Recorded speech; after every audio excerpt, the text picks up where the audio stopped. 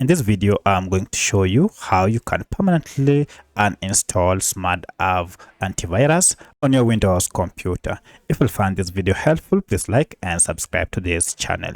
Alright, so if you want to completely uninstall Smadav Antivirus program on your Windows computer, it's pretty simple. First, you need to go ahead and find Control Panel. Now, under Control Panel, you need to go ahead and look for Programs and Features and then click on it. Now here, you should be able to see all your current running programs.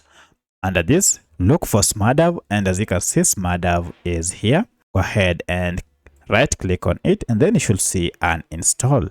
If you click on Uninstall, now an installation wizard will appear, asking you if you are sure you want to completely remove Smadav and all of its components. Go ahead and confirm by clicking on yes, and this will go ahead and completely uninstall and remove all the files of Smadav. Go ahead and click on OK, and from now henceforth Smadav Antivirus will have been removed from your computer. As you can see, the file is no longer here. And if I go back to running programs, Smadav is no longer one of them. So that's how you can completely uninstall or remove Smadav on your Windows computer.